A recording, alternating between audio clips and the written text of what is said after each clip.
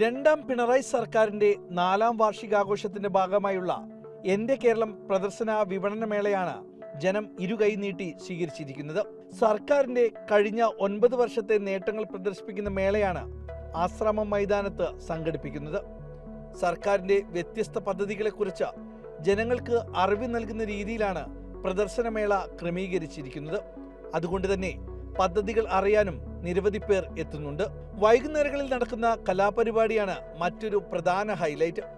ഇന്നലെ ഗായകനും സംഗീത സംവിധായകനുമായ അൽഫോൺസ് ജോസഫും സംഘവും ആസ്വാദകരെ കൂടെ കൂട്ടി പാട്ടുസദ്യ വിളമ്പി സംഗീതത്തിന്റെ രുചി അറിയിച്ചു.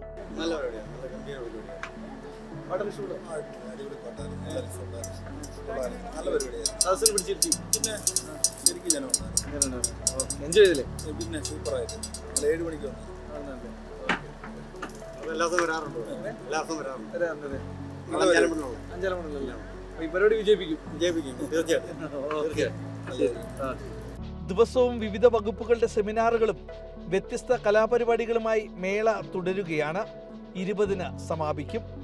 റിപ്പോർട്ടർ, കൊല്ലം.